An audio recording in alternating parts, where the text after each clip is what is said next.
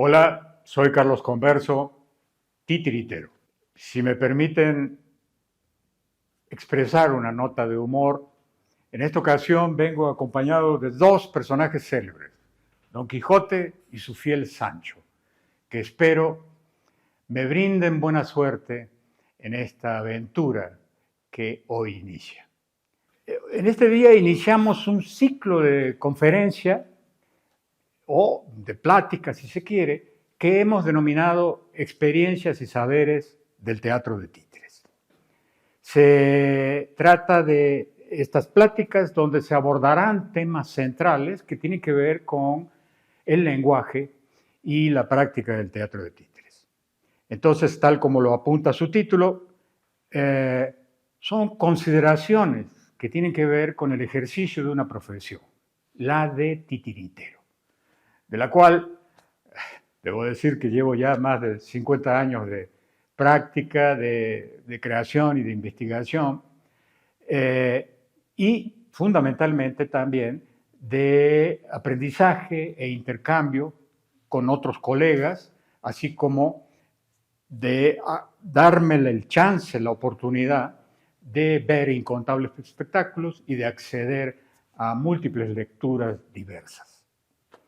La intención de estas pláticas no es agotar ni siquiera ser exhaustivas en el tratamiento del tema que va a abordar, sino es una mirada, una manera de aproximarse a este tema, que por cierto es de muy variadas facetas y de enorme extensión, pero decía dar estas oportunidades y también de formular preguntas, de generar inquietudes, de manera que permita esta búsqueda de una resonancia con los otros, buscar un diálogo, una pedagogía y también una difusión.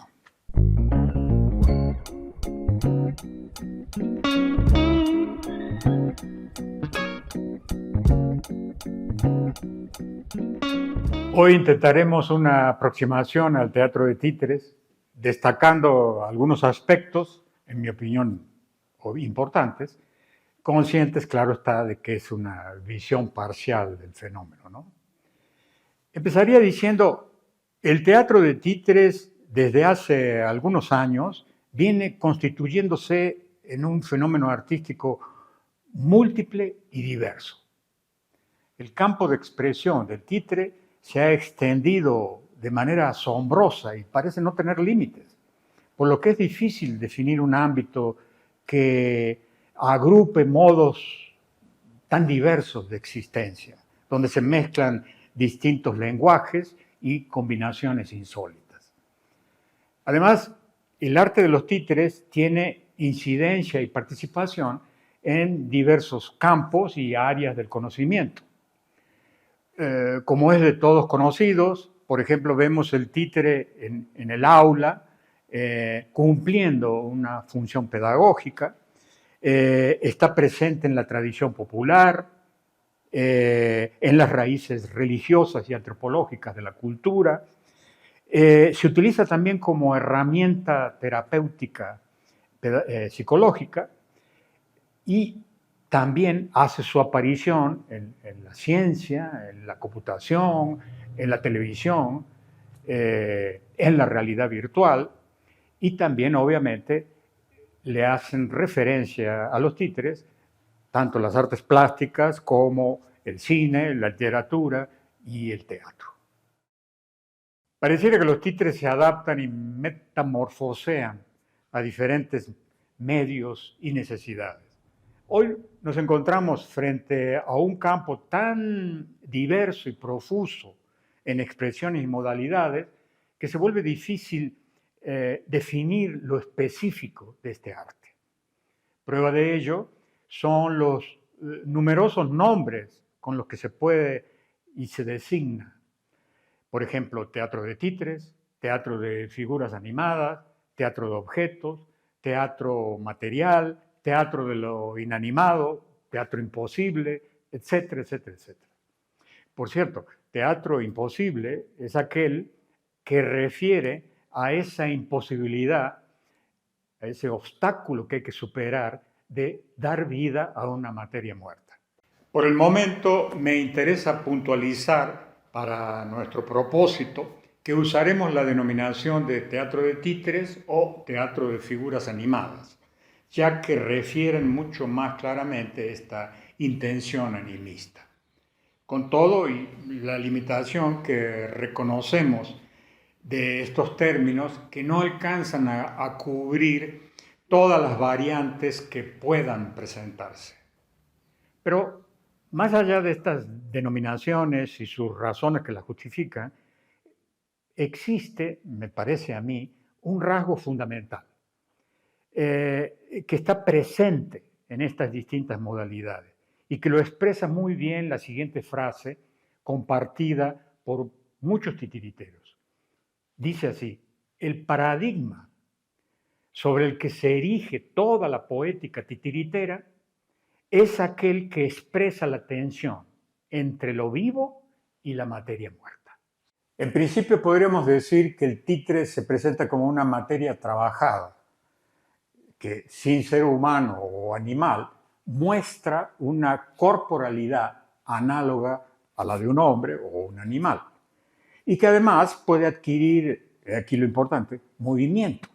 Y cuando ese movimiento se convierte en acciones con intención o con una voluntad manifiesta, es cuando muestra un carácter. Y es ahí donde aparece lo que solemos decir un ánima. Si miramos con detenimiento en el ámbito del teatro de títeres, todo está pensado, visualizado y dirigido para lograr ese objetivo de animación. Por ejemplo, buena parte desde la concepción de la dramaturgia, es decir, la manera en cómo se imagina la escena, su desarrollo, alternativas, los juegos que se plantean con los personajes, incluso su descripción física a veces. En otro plano o en otro momento, las figuras y tipos que se proponen y construyen para ese propósito, y la técnica que maneja el titiritero, que es una cosa obviamente aprendida, que está estructurada sobre la lógica de unas pautas y presupuestos escénicos que buscan generar ese simulacro que consiste en atribuir cualidades activas a una materia pasiva, tal como lo expresa muy bien el titiritero alemán Noegen Werner. Repito, nos estamos refiriendo al teatro de títeres, si se quiere, en un sentido más tradicional, en tanto figuras animadas, que no es lo mismo que el teatro de objeto o otras modalidades que pudiera haber, cuyo principio es otro y que como tema trataremos en otras conferencias. Así pues, la animación en el teatro de títeres supone la presencia de dos: el títere, el objeto animado, que es quien representa al personaje, y el animador, que actúa a través del cuerpo del títere. Se trata, pues, de dos presencias simultáneas indispensables. Como menciona en alguno de sus libros el brillante teórico polaco Henryk Julkowski, se trata de un sujeto actuante conformado por dos signos simultáneos, el títere y el animador. El animador desplaza su energía hacia el objeto, al objeto títere, crea el perfil de su carácter. En el momento en que el títere, en tanto imagen figurativa, construida ex professo, pasa a ser un objeto animado por la intervención del animador, en ese momento, frente a un público, es cuando realmente se convierte en un títere. El títere, tal como lo vemos aquí, pues es un títere, sin duda alguna, pero está inmóvil, es un muñeco, aún no tiene vida. Es en el momento en que el titiritero lo anima cuando cobra realmente su presencia y función de títere. Como bien sabemos, a partir de este procedimiento particular y de las necesidades expresivas, se desprende a lo largo del tiempo la creación de diferentes tipos y técnicas de títeres, modalidades escénicas y mixturas de elementos y lenguajes. No olvidemos que el títere está constituido por dos ejes fundamentales, lo plástico y lo dramático. El primero, que se refiere al títere como objeto material, es decir, los materiales, su construcción, el concepto plástico, etc. Y el segundo, que ve al títere como en su capacidad de generar acciones dramáticas y que tiene que ver, obviamente, con la animación y la técnica. Cuando se dice la palabra o las palabras títere o marioneta, se asocia comúnmente a una mímesis más o menos realista del cuerpo humano o animal. Aunque la mayoría de las veces este tipo de figuras animadas tiene un alto grado de estilización plástica y formal. Esta especie de modelo humano, que es el títere, puede ubicarse en el espectro, digamos, mimético, más cerca o más lejos del modelo referencial. Esto es, cuando está más cerca del modelo referencial, busca ser una copia fiel de esa representación antropomórfica o animal, ¿no? Es de alguna manera lo que llamamos realismo. Y en el otro sentido es cuando se va hacia el otro extremo, es decir, se aleja de la copia, no pretende ser fiel a la copia, pasando por diversas gradaciones, más o menos, es donde se ubica para crear la figura del títere más bien como un ícono, no tanto como un personaje. Un ícono, evidentemente, cargado de significación simbólica o metafórica. Por ejemplo, me interesa detenerme para señalar cómo el teatro de títeres, básicamente en Europa, claro, a mediados de 1800 más o menos, se ve altamente influenciado por el teatro realista y burgués de la época, donde de alguna manera fueron empujados a hacer una copia del teatro de actores, haciendo resaltar los gestos y la figura humana. Es decir, en este espectro mimético, en ese momento, el teatro de títere estaba, digamos, en esta postura de copiar de la manera más fiel a su modelo. Ejemplo de ello son los espectáculos de la época que se hacían básicamente con marionetas, títeres de hilo, y que representaban obras clásicas adaptadas, como por ejemplo Don Juan o Fausto, con todo el aparato de la tramoya convencional. En versiones donde el texto era la fuente principal de significación. Y por otro lado, en una idea escénica donde los títeres se mostraban muy estáticos, marcadamente hieráticos, digamos, y cuya principal actividad era hablar y hablar y hablar. Es decir, como se acostumbraba en aquella época, a decir bien un texto, tal como lo hacían los actores. En este caso, los títeres lo imitaban. En estas escenificaciones entraban y salían por las convencionales piernas de un modelo de teatro a la italiana. Esto es, el teatro de títeres confinados a un segundo plano, relegados al papel de imitadores burdos y, por tanto, negando en gran medida, al menos en nuestra opinión, las posibilidades creativas del lenguaje de los títeres. A finales del siglo XIX y principios del XX, hace su aparición el modernismo y las vanguardias artísticas, caracterizándose por un rechazo generalizado del realismo, que en el caso particular del teatro de títeres va a generar cambios notables en su concepción y lenguaje. Meyerhold decía, la marioneta lo que desea no es copiar, sino crear. Este movimiento, que por cierto se da en todas las artes y que se influyen unas a otras, va creciendo y entre los creadores del momento encontramos la creencia de que una cierta superioridad comienza a adquirir el títere frente al actor de carne y hueso. Y entre los valores que se destacaban del títere está la economía de los gestos y su impersonalidad comparada con la del actor alienado y divo de la época, ¿no? Que por cierto, dicho sea de paso, aún hoy podemos tener chance de encontrar alguno.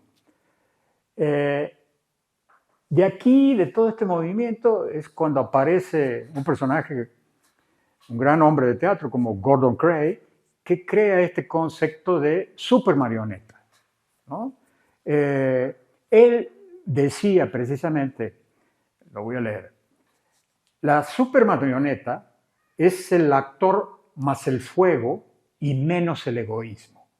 El fuego de los dioses y de los demonios, sin los humos y los vapores del mortal.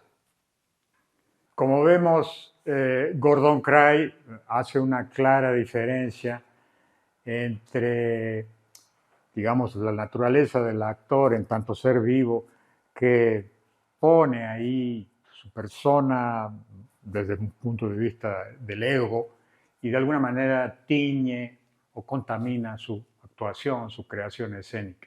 A diferencia del títere, que al no tener emociones, digamos, es un ser más puro. Las vanguardias estaban interesadas en una especie de deshumanización del teatro.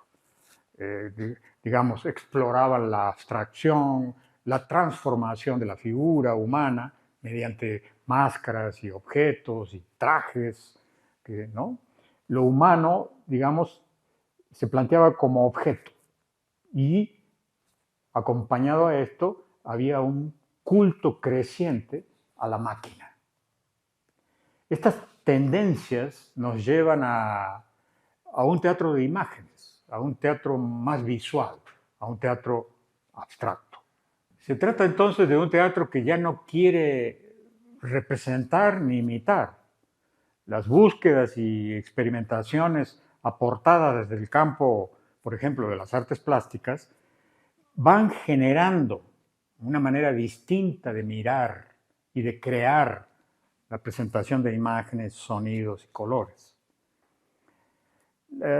Habría que destacar también que la influencia del surrealismo se hizo notar de manera clara, resumido en aquella frase que decía: el sueño y la realidad aspiran a encontrarse en una realidad absoluta. Esta situación de las artes y teorías del momento colaboraron a la liberación del títere, liberación de la mímesis realista, que copia al humano para asumir su calidad de objeto de material. Se produce así un cambio notable, una renovación al arte de los títeres, provocando una manera diferente de concebir y presentar las propuestas escénicas.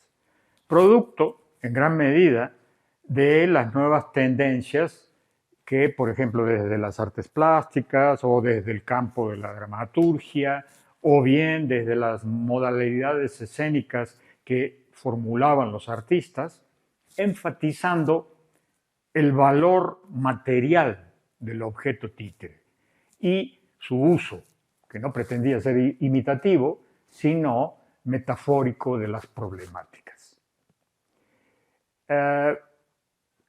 Recordemos, por ejemplo, lo que decía Sergei Obrazov, que me parece muy importante, ya que él era heredero directo de este momento histórico, ¿no?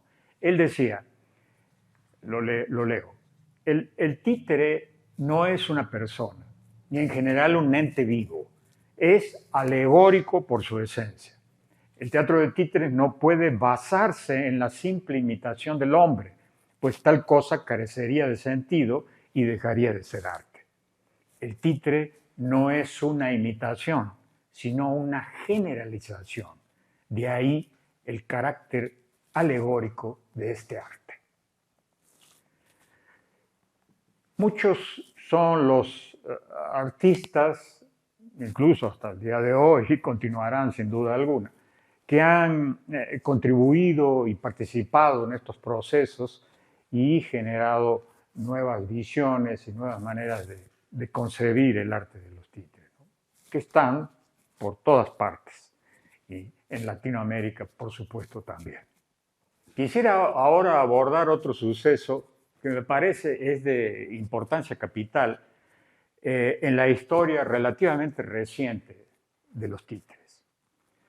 A mediados del siglo XX, aproximadamente, ocurre, a mi parecer, un hecho radical que a nivel formal en la historia del títere. El titiritero asoma tímidamente la nariz desde detrás del retablo, desde detrás del teatrino. Y tímidamente al principio, como decía, va haciendo suyo todo el escenario. Paulatinamente comienza a ocupar un papel central en el espectáculo, convirtiéndose en actor y en demiurgo. El titiritero ya no necesita respetar la premisa de que para hacer posible la magia es necesario estar oculto. No, el simulacro de la animación es posible con el titiritero a la vista. Incluso, formalmente diría, hasta más interesante, con mayor valor y profundidad. El cuerpo del titiritero junto al títere, en sus variadas técnicas, abre todo un campo de relaciones y de experimentación. El titiritero neutro, con su clásica vestimenta negra, el titiritero narrador y animador, el titiritero alternativamente animador y personaje, el titiritero formando parte del cuerpo del títere, o el títere formando parte del cuerpo del titiritero, el titiritero demiurgo, el titiritero que es actor, danzante, músico, ilusionista, lleva máscara, etcétera, etcétera, y otras múltiples maravillas. Al punto de llegar a la relación títere-animador, a convertirse en el núcleo fundamental de muchos de los espectáculos que existen. Y sin ir más lejos, y para mencionar mis propios espectáculos, podría decir que la gran mayoría de ellos se basan en esta relación fundamental, ¿no? Parten de este principio. Este fenómeno me parece que ha dado paso a una nueva dramaturgia, que abre un campo enorme de posibilidades, expandiendo el ámbito del juego y la expresión en la escena. Establece nuevas convenciones y propone nuevos artificios y códigos para la mirada del espectador. Asimismo, el animador convertido en un cuerpo escénico y por tanto significante en la escena, esto es bien importante considerarlo, ya no está oculto, ya no es que está neutro y no significa que, sino que está presente. Ahí alcanzamos a ver un cuerpo que está presente, aun cuando funcione con la modalidad neutra, ¿no?